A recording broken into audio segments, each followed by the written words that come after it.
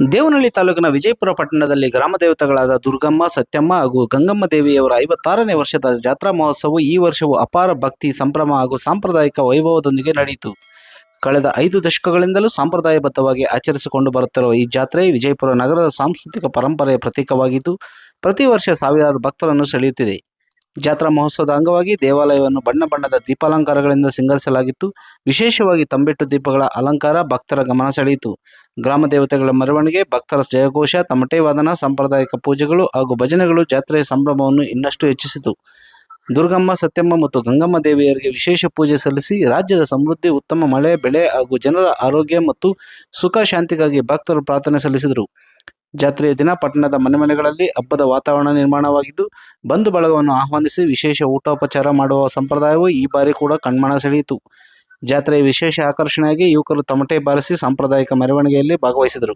ಮಹಿಳೆಯರು ಸಂಪ್ರದಾಯಬದ್ಧ ಉಡುಗೆಯಲ್ಲಿ ಪಾಲ್ಗೊಂಡು ದೇವಿಯರಿಗೆ ಆರತಿ ಬೆಳಗಿ ಭಕ್ತಿ ಸಮರ್ಪಿಸಿದರು.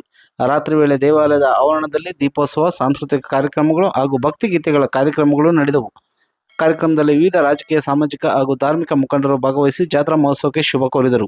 ಗ್ರಾಮ ದೇವತೆಗಳ ಕೃಪೆಯಿಂದ ನಾಡಿಗೆ ಉತ್ತಮ ಮಳೆ, ರೈತರಿಗೆ ಉತ್ತಮ ಬೆಳೆ, ಜನರಿಗೆ ಆರೋಗ್ಯ ಮತ್ತು ಶಾಂತಿ ಲಭಿಸಲಿ ಎಂಬುದು ನಮ್ಮ ಪ್ರಾರ್ಥನೆ ಎಂದು ಬಿಜೆಪಿ ಮುಖಂಡ ಪ್ರಭು ವೆಂಕಟೇಶ್ ಅವರು ಅಭಿಪ್ರಾಯಪಟ್ಟರು. ಪ್ರತಿ ವರ್ಷದಂತೆ ಈ ಬಾರಿ ವಿವಿಧ ಸಮುದಾಯದ ಜನರು ಜಾತಿ ಮತ ಭೇದವಿಲ್ಲದೆ ಒಂದಾಗಿ ಸೇರಿ ಜಾತ್ರೆಯನ್ನು ಯಶಸ್ವಿಗೊಳಿಸಿರುವುದು ಸಾಮಾಜಿಕ ಸೌಹಾರ್ದತೆಗೆ ಸಾಕ್ಷಿಯಾಯಿತು.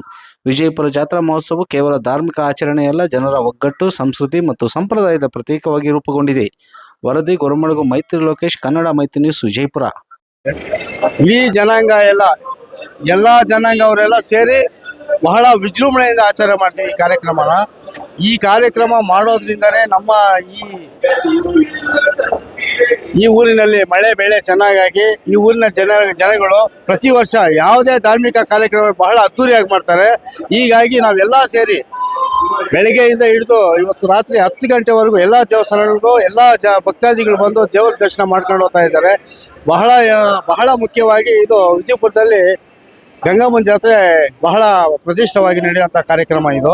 ಈ ಕಾರ್ಯಕ್ರಮದಲ್ಲಿ ನಮ್ಮ ವಿಜಯಪುರದಲ್ಲಿ ನೆಲೆಸಿರುವಂಥ ದೇವತೆಗಳು ಯಲ್ಲಮ್ಮ, ದುರ್ಗಮ್ಮ, ಸಫಲಮ್ಮ ಮತ್ತು ಗಂಗಮ್ಮ, ಈ ಥರ ದೇವರುಗಳು, ಹೆಣ್ಣು ದೇವರುಗಳೆಲ್ಲ ಜನಾಂಗದವರು ಬಂದು ಬಹಳ ಪ್ರೀತಿ ವಿಶ್ವಾಸದಿಂದ ಭಕ್ತಿ ಭಾವಕನೆಯಿಂದ ಪೂಜೆ ಸಲ್ಲಿಸಿ ಇದು ಮಾಡ್ಕೊಂಡು ಹೋಗ್ತಾರೆ. ಹೀಗಾಗಿ ನಾವು ಇನ್ನು ಈ ಕಾರ್ಯಕ್ರಮದಲ್ಲಿ ಹಲವಾರು ಗಣ್ಯರು ಭಾಗವಹಿಸಿದ್ರು. ಬೆಳಗ್ಗೆಯಿಂದ ಗಣ್ಯರು ಇನ್ನೂ ಬರುವಂಥ ಗಣ್ಯರು ಬರ್ತಾ ಇದ್ದಾರೆ. ಎಲ್ರಿಗೂ ಈ ಊರಿನಲ್ಲಿರೋ ಜನಾಂಗಕ್ಕೆಲ್ಲನೂ ಈ ದೇವರುಗಳು ಒಳ್ಳೆ ಶುಭ ಕೋರಬೇಕಾಗಿ ನಾವು ಕೋರ್ಕೊಳ್ತೀವಿ. ಎಷ್ಟನೇ ವರ್ಷದ್ದು ಈ ಒಂದು ಜಾತ್ರಾ ಮಹೋತ್ಸವ? 56ನೇ ವರ್ಷದ್ದು. ನಾವು ಹುಟ್ಟಿರ್ಲೇ ಇಲ್ಲ, ಆಗಿಂದ ಇದು ಆಚರಣೆ ಮಾಡ್ಕೊಂಡು ಬರ್ತಾ ಇದ್ದೀವಿ. ಇಲ್ಲಿ ವಿಜಯಪುರ ಎಲ್ಲ ಹೆಣ್ಣು ದೇವತರಿಗೂ ಎಲ್ಲ ಸಮುದಾಯದವರು ಮಾಡೋದೇನಾ? ಎಲ್ಲ ಸಮುದಾಯದವರು ಟೋಟಲ್ ಎಂಟೈರ್ ವಿಜಯಪುರಕ್ಕೆ ದೊಡ್ಡ ಹಬ್ಬ. ಎಲ್ಲೂ ನಡೆಯುವಂಥ ಕಾರ್ಯಕ್ರಮ ಇಲ್ಲ. ಇಡೀ ನಮ್ಮ ಬೆಂಗಳೂರು ಗ್ರಾಮಾಂತರ ಜಿಲ್ಲೆಯಲ್ಲಿ ದೇವನಹಳ್ಳಿ ತಾಲೂಕಿನಲ್ಲಿ ವಿಜಯಪುರ ಟೌನಲ್ಲಿ ಮಾತ್ರ ನಡೆಯುವಂಥ ಕಾರ್ಯಕ್ರಮ. ಎಷ್ಟು ದಿನ ಈ ಕಾರ್ಯಕ್ರಮ ನಡೆಯುತ್ತೆ ಸರ್? ಈ ಕಾರ್ಯಕ್ರಮ ನಾವು ಒಂದು ಅದ್ದೂರಿಯಾಗಿ ಮಾಡ್ತಾ ಇದ್ವಿ. ಒಂದು 9 ದಿವಸದಿಂದ ನಡೀತಾ ಇದೆ. ಏನೇನೆಲ್ಲ ಇರುತ್ತೆ? ಏನೇನಂದ್ರೆ ನಾವು ಒಂದು ಜಾನಪದ ಕಾರ್ಯಕ್ರಮ, ಸುಗಮ ಸಂಗೀತ, ಗಣಸಾಲ, ಈ ಥರ ಭಕ್ತಿ ಭಾವನೆದು, ಪಂಡ್ರಿಪುರ ಭಜನೆ, ಈ ಥರ ಭಕ್ತಿಪೂರ್ವ ಕಾರ್ಯಕ್ರಮಗಳು ಬಹಳ ಅದ್ದೂರಿಯಾಗಿ ನಾವು ನಡೆಸ್ತಾ ಇದ್ದೀವಿ.